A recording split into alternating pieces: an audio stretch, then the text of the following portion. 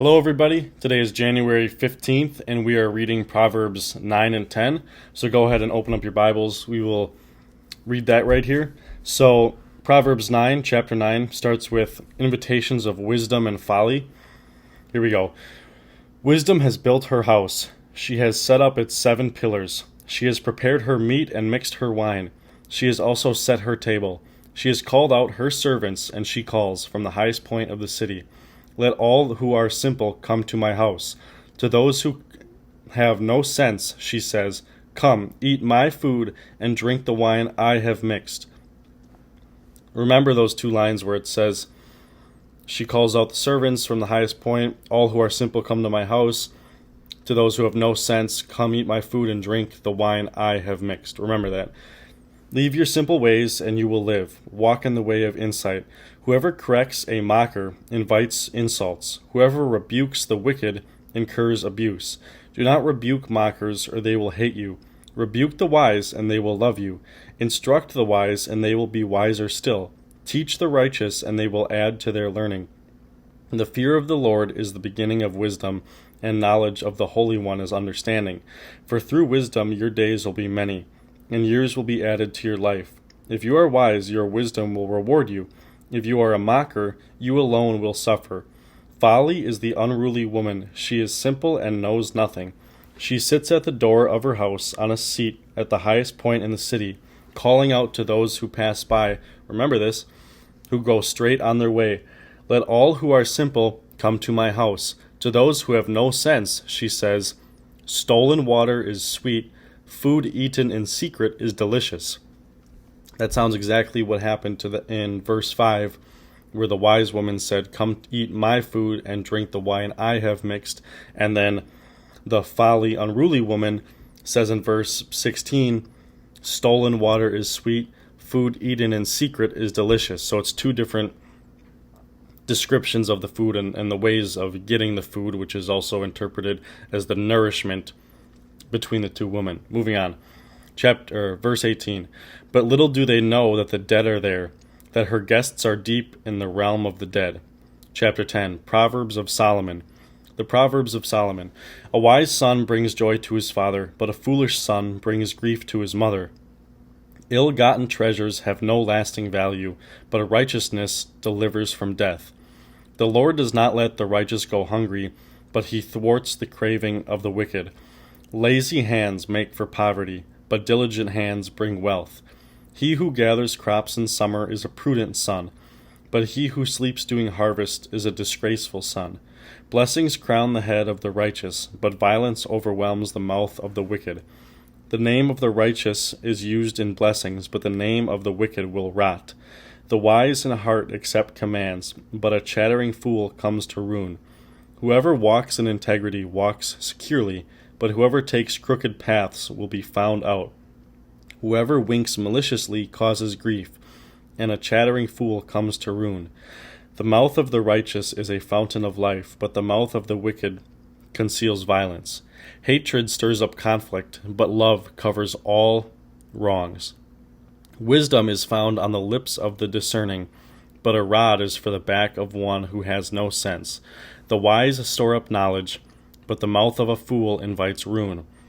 The wealth of the rich is their fortified city, but poverty is the ruin of the poor. The wages of the righteous is life, but the earnings of the wicked are sin and death. Whoever heeds discipline shows the way to life, but whoever ignores correction leads others astray. Whoever conceals hatred with lying lips and spreads slander is a fool. Sin is not ended by multiplying words, but the prudent hold their tongues. The tongue of the righteous is choice silver, but the value of the wicked is of little value.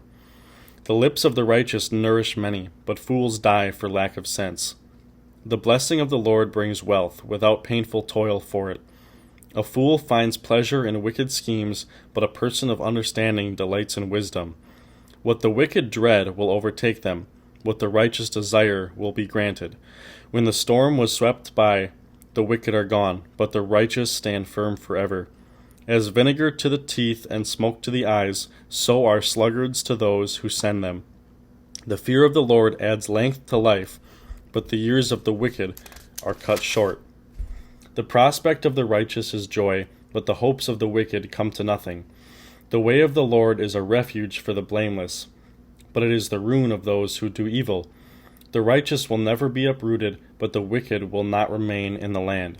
From the mouth of the righteous comes the fruit of wisdom, but a perverse tongue will be silenced. The lips of the righteous know what finds favor, but the mouth of the wicked only what is perverse. That's the end of chapter 10. Okay, so just some key points that I want to point out here is that in the first chapter, chapter 9, verse 9, it says, "Instruction to a wise man will be wiser, he will be wiser. Teach a just man, he will increase his learning."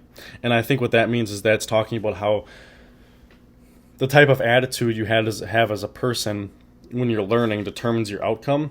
So if you instruct a wise man, if you teach him how to do something, he will be wiser. And then if you teach a just man, or a good man, or a firmly rooted man, or a firmly fixed man, he will increase his learning.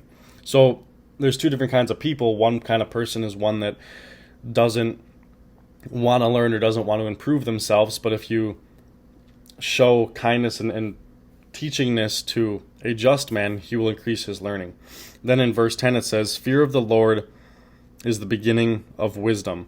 And there's not really much explaining that has to go there, but it also said in that last passage where if you fear the Lord, your days will be long. And so if you fear the Lord and understand that he can, all of his powers that he has, you will begin the track on wisdom to begin to learn what he says is true and what he says isn't. But first you need to have a firm foundation in knowing a direct fact that you need to fear him because of these things that he has done. And once you believe that, then you can go forward and figure out his opinions and the ways that he thinks things should happen on certain things. And then in verse 12 it says, "If you are wise for yourself. If you scoff, bear it alone."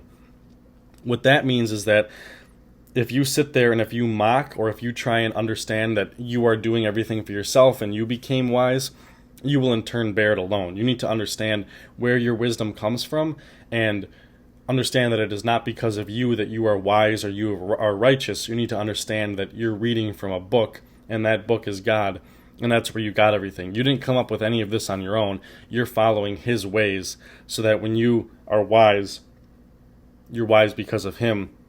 And if you mock it, or if you try and say it's yourself, it's not, and he doesn't appreciate that.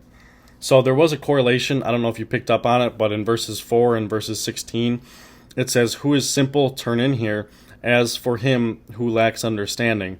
So that was said in both of them. So it was exactly the same, but the difference in where the two women wanted you to turn was, one was the wise woman, wisdom, and she said, "Eat and drink of my bread and wine, which I have prepared." And then the folly, the kind of slander, the wrong woman said, "Stolen water is sweet, and bread eaten in secret is pleasant." And there's two different thoughts there. And I believe why this is in here is it's saying that everything that you look at can look exactly the same. Like the woman looked the same. The way that they are speaking is the same. They said the exact same thing to each person. But then when it tells about the quality of their nourishment, which would be the bread and the wine, and in our case, in the parable, it'd be wisdom or enlightenment or teaching, the quality of what they're teaching and what they're giving to nourish is completely different.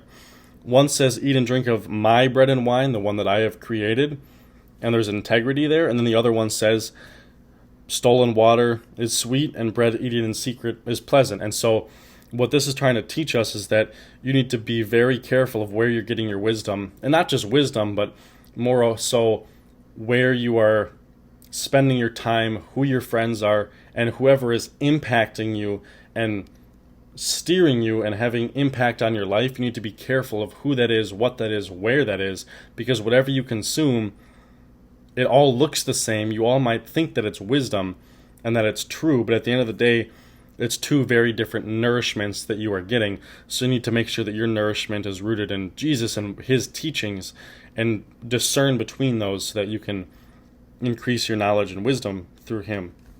And then in chapter 10, verse 2, it says, treasures of wickedness profit nothing. The Lord will not allow the righteous soul to famish, but the costs away, but he casts away the desire of the wicked. That's pretty straightforward. It just says that if you're righteous and the treasures of the wickedness will profit nothing.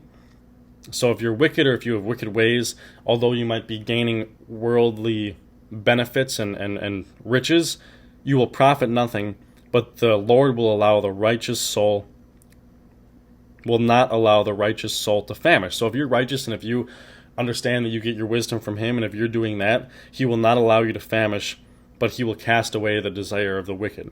So that's just a very point blank. This is what he's doing.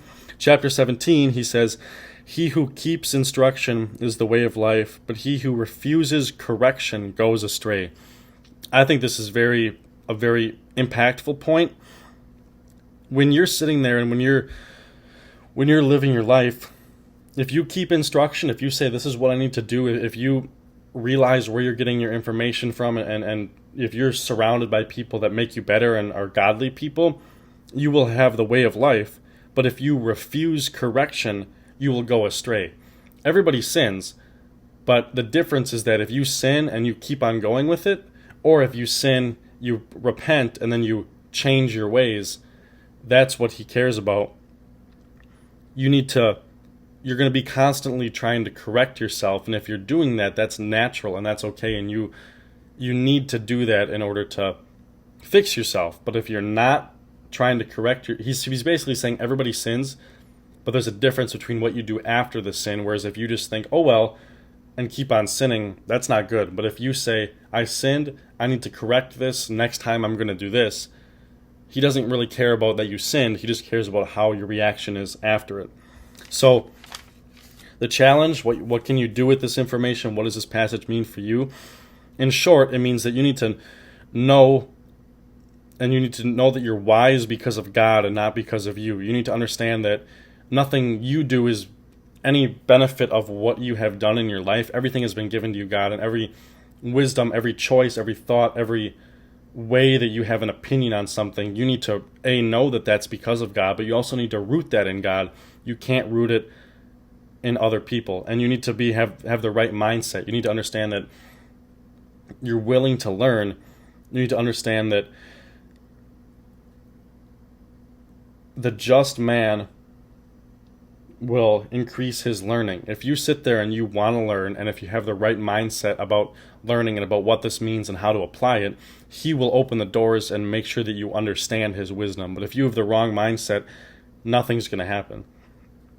Secondly, you need to be careful where you get your wisdom from. And I touched on that, but everything, whether it's watching Netflix or listening to music or people you hang around, or your boss, your coworkers, or people you hang around, you're the average of your 5 friends. So you need to be careful. And first and foremost, you should be getting that from God, but you also surround yourself with people who affect you, and you need to understand and discern who's building you up and who's living a godly life and who isn't, and understand that that's going to affect you in the long run. And then, so what can you keep on doing? You need to keep learning his ways. And by doing that, very simple, read the Bible, go to church, hang out with godly people so that you can understand how God's wisdom would tell you to act in a certain way, in a certain situation, or think or do certain things. And then you just need to check what and who your influences are. You got to constantly check and just sit there and have a personal reflection and say, okay, does my friend, does he do these things or does he not do these things? Does he push me to church, or does he or she tell me not to go to church? Would he rather hang out on a Saturday night and get drunk, or would he rather go to bed early so we can go to church? Or, different things like that. You need to keep check of who influences you, and need to make sure it's from a good source. So, very to the point today. That's that, and I'll see you tomorrow.